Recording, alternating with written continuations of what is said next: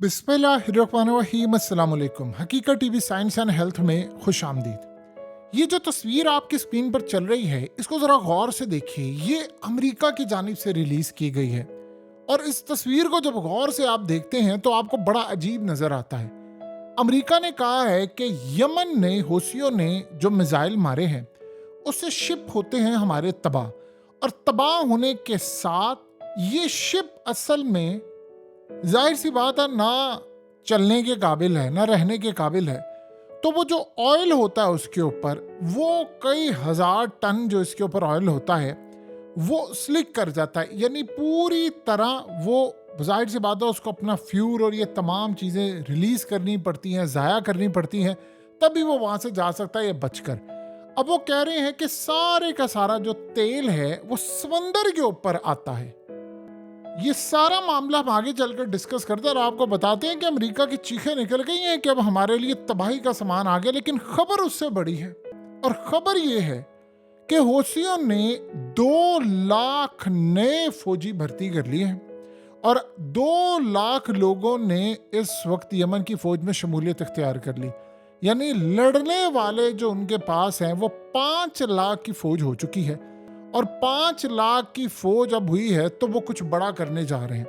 Problem ये हुई है कि यमन ने आज ये बात की है। उन्होंने कहा है कि हमारे लिए अमेरिका को, इजराइल को और बाकी ताकतों को किसी सूरत जीतने नहीं देंगे, और हमारे लिए अब इनको हराना कोई बड़ी बात नहीं। अब हुआ ये है कि ये जो 5 लाख की उनकी फौज होगी, 2 लाख फाइटर्स आ गए लड़ने के लिए। ये सारे के सारे वो फाइटर्स वो तैयार कर रहे थे। अब अमेरिका को खतरा ये है, सबसे बड़ा जो खतरा है, कि इन फाइटर्स में से बहुत सारे खुदकुश बमबार हैं, बहुत सारे लोगों को गजा में उतारा जाएगा, क्योंकि अब असल फेज शुरू होने वाला है हौसियों का। उन्होंने काम ये किया है, आज उन्होंने ऐलान किया है, उन्होंने कहा कि देखिए हमारे पास इस वक्त इतनी टेक्नोलॉजी आ चुकी है, और ये ओपनली आज हौसियों ने ऐलान किया। उन्होंने कहा है कि हमने इतनी ज़्यादा मेहनत की है, इस मेहनत का हमें फ़ायदा ये हुआ है कि हमने इतने साल लगाकर आज अमेरिका की टेक्नोलॉजी को बीट कर दिया है। अब वो हमारे मिसाइल डिटेक्ट नहीं कर सकते, अब सिर्फ उनकी तबाही है। और ये बात बिल्कुल ठीक है, और यही सेंटकॉम की जानिब से जो रिपोर्ट आई है उसमें भी ये बात कही गई है कि अब मुकाबला यमन के साथ करना उनके बस की बात नहीं है। उनकी टेक्नोलॉजी, रेडार सिस्टम, हर चीज़ एडवांस है। और हकीकत टीवी तो आपको डे फर्स्ट से ये बात कह रहा है कि ये इतना बड़ा फेलियर हुआ है कि इनके डिफेंस सिस्टम फेल है, इनकी टेक्नोलॉजी, क्योंकि अब वो डायरेक्टली इनके डिस्ट्रॉयर को तबाह करें। अब प्रॉब्लम ये है कि जो 5 लाख लोग हैं, इनमें से क्या वो इजराइल और अमेरिका के लिए 1-1.5 लाख लोग रवाना कर रहे हैं लड़ने के लिए? देखिए उनकी जो स्ट्रेटजी है वो है फुल ऑफ सरप्राइजेस। वो किसी भी वक्त सरप्राइज दे सकते हैं और किसी को नहीं पता वो क्या सरप्राइज देने जा रहे हैं। अगर इसमें से देखिए, आपको पता है कि हमास की जो सुरंगें हैं वो इतनी बड़ी हैं कि अब पता ये चला है कि आगे वो इंटरकनेक्टेड हैं आगे वो हिजबुल्लाह के साथ, और वहां से वो शाम तक कनेक्टेड हैं, और आगे चलकर वो करते करते इराक को न जाने उनका सिरा एंड के ऊपर जाकर मिलता है ईरान से। लेकिन अगर यही सूरत हाल देख ले कि शाम हो या लिबनान हो, ईरान के लिए हौसियों को सुरंगों से भेजकर इजराइल के खिलाफ लड़ाई कराना कोई बड़ी बात नहीं। और यमन की ये सूरत हाल है कि इतनी बड़ी तादाद में जब अवाम वहां निकली हुई है, तो उन्होंने कहा है कि हमें सिर्फ आप ऑर्डर जारी करें, हमें आप किसी तरह ईरान को, यानी कहा उन्होंने कि आप हमें पहुंचा दें वहां पर, आगे लड़ना हमारा काम है। अब वो असल में इंतजार कर रहे थे बैठ कर के क्या किया जाए। पहला फेज उन्होंने कामयाबी से मुकम्मल कर लिया, उन्होंने अमेरिका को दे दी है शिकस्त। सेंटकॉम से जो रिपोर्ट आई है उसमें कहा गया है कि हौसियों ने हमें फुल ऑफ सरप्राइज कर दिया है। हमें नहीं पता था कि उनके पास इस तरह की टेक्नोलॉजी होगी और उनके पास लड़ने वाले ऐसे होंगे। अब उनके पास हजारों के हिसाब से ड्रोन्स है, मिसाइल है, और वो कह रहे हैं कि अब ये जो तेल का मसला खड़ा हुआ है कि वो मिसाइल जब मारते हैं तो जो ऑयल होता है वो कह रहे हैं सतह समंदर पर आता है, जिससे सारे का सारा फिर जो जहाज और शिप है वो जाते हैं, उनका सारे का सारा नेविगेशन सिस्टम खराब होता है, पूरा इन्वायरमेंट खराब हो रहा है, और वहाँ पर ना फूड जा पा रहा है, ना समंदरों के लिए कोई चीज़ जा रही है। तो वो इतनी बड़ी तबाही हो रही है हमारे लिए कि फ्यूचर भी हमारा इस वक्त डार्क हो गया। अब वो कह रहे हैं कि तेल बिखरना शुरू हो गया सतह पर, जिससे हर तरह का इन्वायरमेंट, पूरा जो है माहौल वो ख़राब हो रहा है।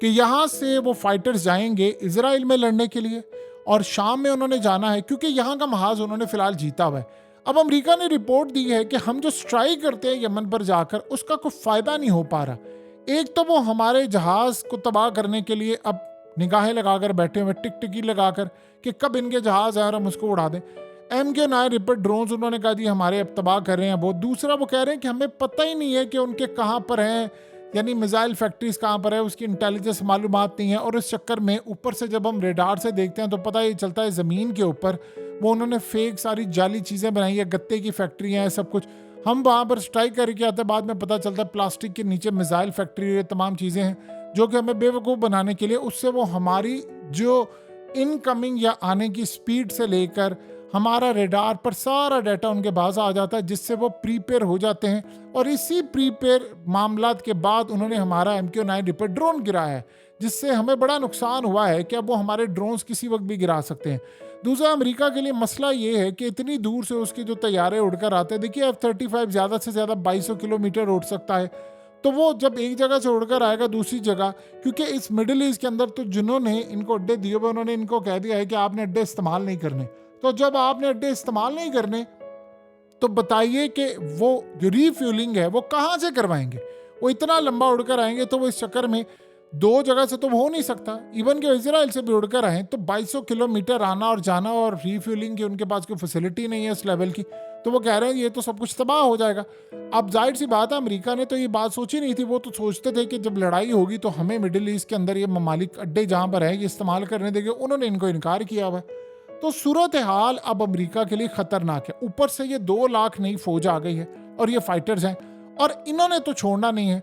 जिस तरह अफगानिस्तान की फोर्स है इस तरह ये है। दूसरी जानिब ईरान ने यह बात कही है कि अफगानिस्तान के भी लोग वक्त आने पर तैयार होंगे वहां लड़ने के लिए। देखिए ये मामला जो है वो बड़े खतरनाक हद तक जा रहे हैं। फिलहाल जो सिचुएशन आपको नजर आ रही है उसमें आपको दूर दूर तक अमेरिका की जीत नजर नहीं आ रही, आपको इजराइल की भी जीत नजर नहीं आ रही। तो जब आपको अमेरिका की जीत नजर नहीं आ रही, आपको इजराइल की जीत नजर नहीं आ रही, तो आपने ये जंग करनी क्यों है? इस बात का अमेरिका के पास कोई जवाब नहीं। प्रॉब्लम एक और सबसे बड़ी ये है कि 2 इवेंट्स होने वाले हैं बहुत बड़े। एक तो खतरा उनको ये है कि बाइडेन के इलेक्शन से पहले ईरान एटमी ताकत बन सकता है, और ईरान की एटमी ताकत की जो सूरत हाल है वो अमेरिका की अपनी ही इंटेलिजेंस रिपोर्ट के मुताबिक है कि चंद महीनों में उन्होंने सिर्फ टेस्ट करना है, और उन्होंने ऑलरेडी बना लिया है। सिर्फ उन्होंने टेस्ट करना है, डिक्लेयर कर देना। वो कह रहे हैं कि 5-6 तो वो एटम हम बना चुके हुए हैं। वो डिक्लेयर इसलिए नहीं कर रहे कि अमेरिका और इजराइल के हमला ना कर दे और पाबंदियां उन पर जो लगनी है उसकी वो तैयारी करे। वो चाह रहे हैं कि 20-25 हम बना ले। तो जब 20-25 हम बना लेंगे तो अगर ये मारने के लिए भी आते हैं तो फिर भी हमारे पास तो सारे नहीं तबाह कर सकते। फिर हमारे पास स्ट्राइक की कैपेबिलिटी होगी तो वो इजराइल पर मार देंगे। और एक दफ़ा उन्होंने बना लिया तो मसला ये होगा कि फिर इजराइल और बाकी हमला नहीं कर सकते। ये इजराइल की कैपेसिटी नहीं है, उनकी जो एयर फोर्स है वो इस काबिल नहीं है कि वो रीफ्यूलिंग का मसला है, और बहुत सारे मसले हैं कि वो जाकर हमला नहीं कर सकते। तो ये तो सूरत हाल इस वक्त इसराइल के लिए बनी हुई है और अमेरिका के लिए भी। और दूसरी जानिब इजराइल ने कह दिया है, उन्होंने तो अपनी पार्लियामेंट के अंदर से ये चीज़ क्लियर करवा ली। उन्होंने कहा जी हमने तो पूरा फ़लस्तीन खाना है, यानी हमने छोड़ना नहीं है। तो अब सारे बिल्कुल एंड पर चले गए। देखिए एक मुल्क बड़ा बुरी तरह तबाह होने वाला है और वो गालिबन हो भी जाएगा। उस मुल्क का नाम है अमेरिका। अमेरिका इस सारे खेल के अंदर अगर आप देखेंगे तो सबसे बड़ी हार क्या है? इलेक्शन से पहले सारी तबाही हो रही है। अमेरिका की एस्टैब्लिशमेंट इस वक्त बिल्कुल कॉर्नर पर लग चुकी है, और सबसे बड़ा मसला ये पैदा हुआ है कि इस जंग के हारने के बाद नेगेटिव असरात उनकी इकॉनमी पर पड़े हैं। रिसेशन में अमेरिका जाने वाला है, और ये जो 2 लाख नए फौज के अंदर आने वाले लोग हैं, इनको अगर उन्होंने रवाना कर दिया, असल में वो अजीबोगरीब हथियार ऐसे बना रहे हैं कि एक तो जैसे उन्होंने बॉट्स अपनी बनाई हैं, कश्तियाँ जो कि 1 वे मिशन पर जाती हैं तबाह करने के लिए, यानी ऐसा नहीं है कि उन्होंने बचानी है। दूसरा, अमेरिका को इस बात की बड़ी परेशानी है कि जी ऑयल समंदर में गिर रहा है, जो मछलियों का मसला है वो जी फलाना वो इन्वायरमेंट। और भाई जो तूने खाना खराब किया है इन्वायरमेंट का इजराइल को हथियार देकर के, वहाँ पर इतनी तबाही है कि दूसरी वर्ल्ड वार के अंदर भी इतना एटमी हमला करने के बावजूद भी इतना वहाँ पर यानी मवाद नहीं फेंका इन्होंने, बारूद नहीं फेंका जितना अमेरिका की वजह से फेंक दिया।